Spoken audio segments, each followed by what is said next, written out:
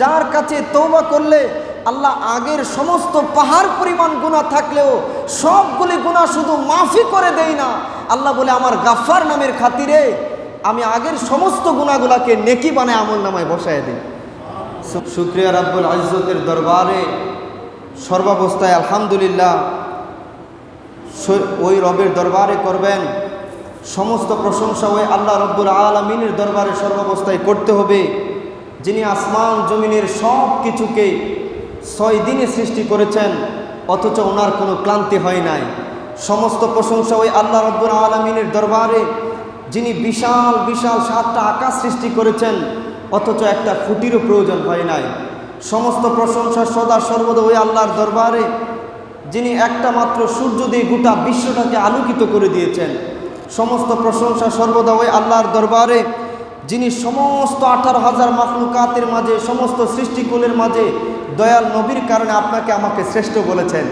সমস্ত প্রশংসা ওই আল্লাহ রব্বুল আলামিনের দরবারে, যিনি আপনাকে আমাকে সকল মানুষকে মায়ের পেটেও 3 বেলা খানার ব্যবস্থা করতেন। সমস্ত প্রশংসা ওই আল্লাহ রব্বুল আলামিনের দরবারে, যিনি আমাদেরকে দিনের মধ্যে প্রতি মিনিটে each and every second minimum 10 বার, ঘন্টায় 600 বার, দিনের মধ্যে ন্যূনতম 14,600 বার নিঃশ্বাস নেওয়ার আনার ব্যবস্থা করে, অর্থাৎ দিনে ন্যূনতম 3,39,000 টাকার অক্সিজেন বিনামূল্যে আল্লাহ তাআলা আনা নেওয়ার ব্যবস্থা করে দিতেছে। সমস্ত প্রশংসা ওই আল্লাহ রব্বুল আলামিনের দরবারে, যিনি তার 70,000 নূরের পর্দার ভিতরে বন্ধুর নামের সিল অঙ্কন করে দিয়েছেন। সমস্ত প্রশংসা ওই আল্লাহর দরবারে, সদা সর্বদা শুকরিয়া তার কদমে, যিনি এই পৃথিবীর সমস্ত কিছু সৃষ্টির বহু বছর আগেই তার প্রিয় হাবিবের প্রিয় বন্ধুর নাম রেখেছেন আহমদ।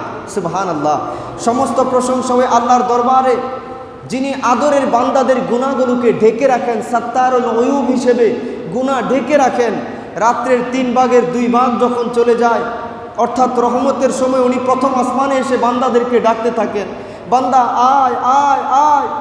অর্থাৎ যার দিকে তওবা করে ফিরে গেলে, যার কাছে তওবা করলে আল্লাহ আগের সমস্ত পাহাড় পরিমাণ গুনাহ থাকলেও সবগুলি গুনাহ শুধু মাফি করে দেই না, আল্লাহ বলে আমার গাফফার নামের খাতিরে আমি আগের সমস্ত গুনাহগুলোকে নেকি বানায় আমলনামায় বসায় দিই।